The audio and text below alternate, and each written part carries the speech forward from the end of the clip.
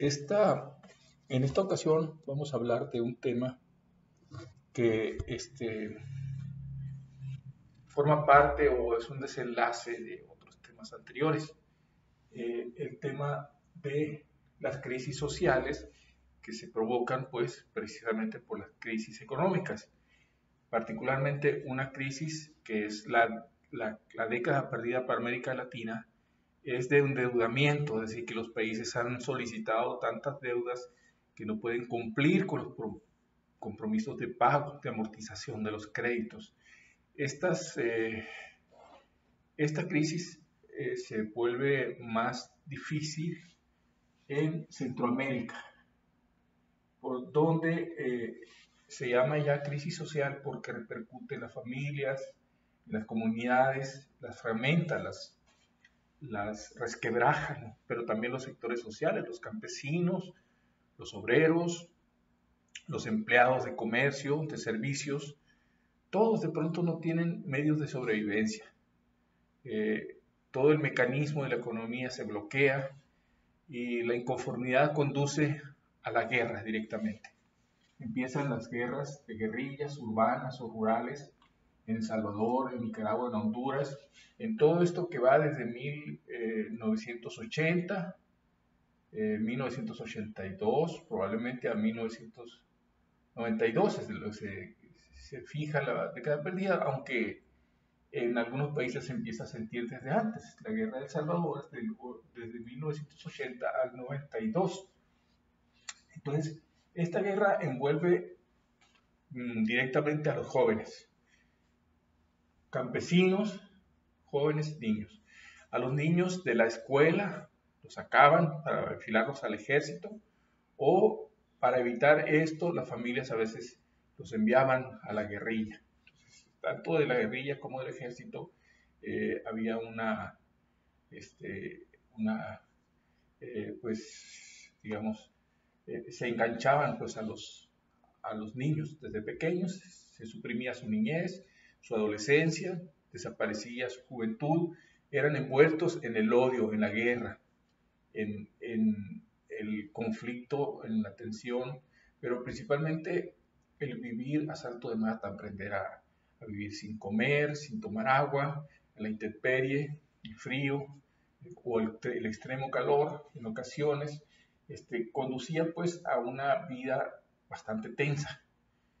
Aprender a comunicarse por silbidos, por señas, pero a la vez resistir, ¿no? Desde pequeño pasar sacrificios y demás situaciones.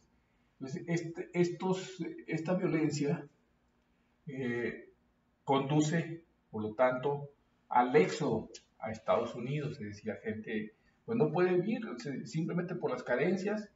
Se termina la guerra, muchas veces en otros países condecoran a los soldados que participaron, que dieron su sangre por la patria y demás, pero aquí no hay nada. De pronto, pues entonces no queda más que migrar. Algunos se habían ido antes y se crean en el trayecto por Centroamérica, pero también el cruce por México, las rutas migratorias. Y todos los migrantes que llegan a las grandes ciudades en Estados Unidos, pues empiezan a transmitir esta violencia. De por sí ya existe un problema de sobrevivencia en esas ciudades en Estados Unidos, pues se incrementa aún con la llegada de estos jóvenes y se forman las pandillas y los conflictos entre pandillas, la violencia entre pandillas, se empiezan a proteger unos de otros, pero a dañarse también los de un barrio sobre otro barrio. Y esto se observa principalmente o inicialmente en Los Ángeles, es el ejemplo pues a seguir.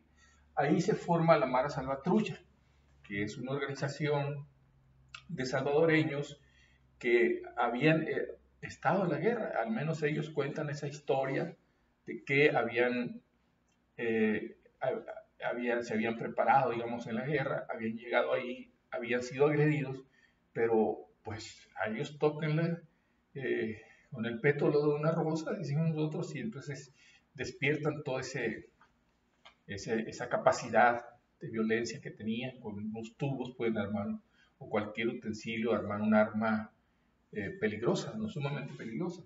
Entonces, la Mara, se dice ellos que se formaron en el tiempo de un encuentro deportivo de fútbol, pues, ¿no? Entre Honduras y El Salvador, y que ahí se reunieron, se reencontraron y se identificaron y empezaron ahí a ponerse de acuerdo y ponerle el nombre de Mara Salvatrucha. Mara por una hormiga que masivamente avanza devorando todo lo que encuentra en su camino, y Salvatrucha por el salvadoreño ese que surge empieza a crear habilidades para sobrevivir en situaciones difíciles, pero que es el de bajo nivel, el más carente de todos los sentidos, ¿no? La Mara Salvatrucha se conforma en Los Ángeles y para desenvolverse en el periodo de la violencia de las pandillas, pero pronto alcanza un liderazgo en cuanto a la violencia dentro del terreno, digamos, de las pandillas, y se viene, digamos, una oleada de intervención de la policía, detenciones y demás, en lo cual el gobierno norteamericano decide eh, eh, establecer la estrategia de deportar, según el grado de felonía, a deportarlos, y pues la Mara, que habiendo surgido en Los Ángeles, se regresa a El Salvador, se regresa a Honduras, se regresa a los países en donde provenían, ya no solamente de salvadoreños, ya tenían a otros grupos integrados ahí. Y en esos países, como no estaban preparados para eso, tenían carencias, todavía son las secuelas de la década perdida, entonces empiezan a crear políticas de mano dura, manos limpias, mano dura, es decir, son políticas represivas, extremadamente represivas, que tratan de capturar, se forman esas ideas del peso de la ley y de todo, en fin, de aplicar la ley al pie de la letra y todas esas situaciones. Empiezan en Salvador, pero después en Honduras, Nicaragua. Este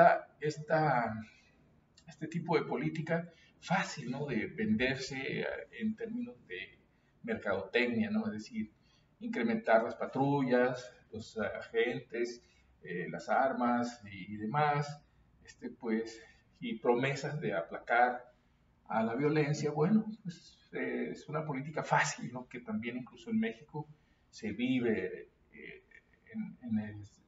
contemporáneamente. Entonces, lo que se empieza a observar que existía en Los Ángeles empieza también a aparecer en los países de Centroamérica y México, que son las cárceles saturadas, llenas de jóvenes que habían sido presa de estas redadas, de siembra de armas, de siembra de drogas y demás, por tratar de controlar de una manera violenta la misma violencia. Entonces, esta saturación de cárceles se da por medio de la creación, como dice Ferrajoli, de inflación legislativa, leyes fragmentadas, ¿no? Para una cosa específicamente ad hoc, digamos, ¿no? Para los jóvenes.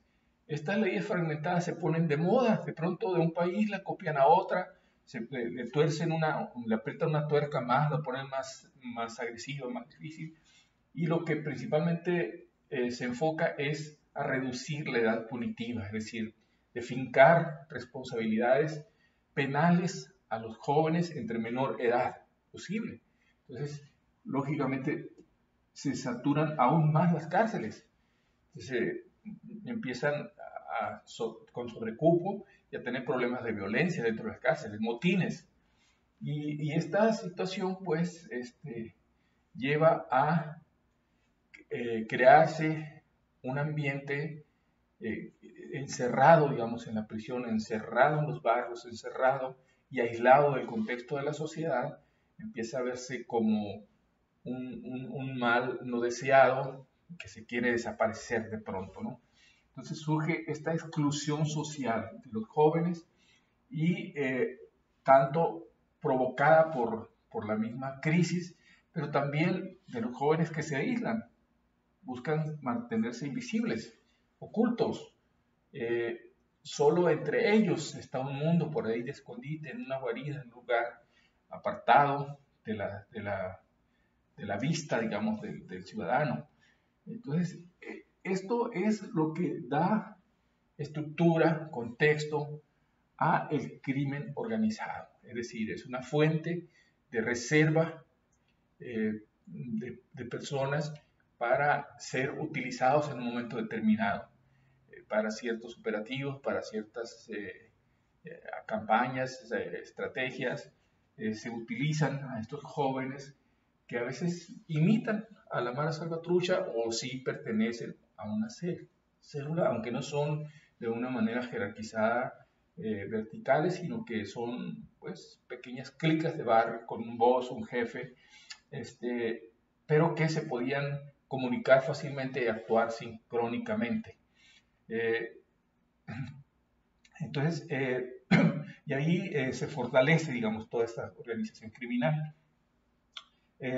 Tráfico de armas, pues nosotros sabemos, drogas, personas, órganos, toda esta gama, digamos, de poder delictivo como una respuesta ante la crisis, una forma de sobrevivencia, es lo que forma parte del contexto de las crisis del tipo que empiezan en Centroamérica.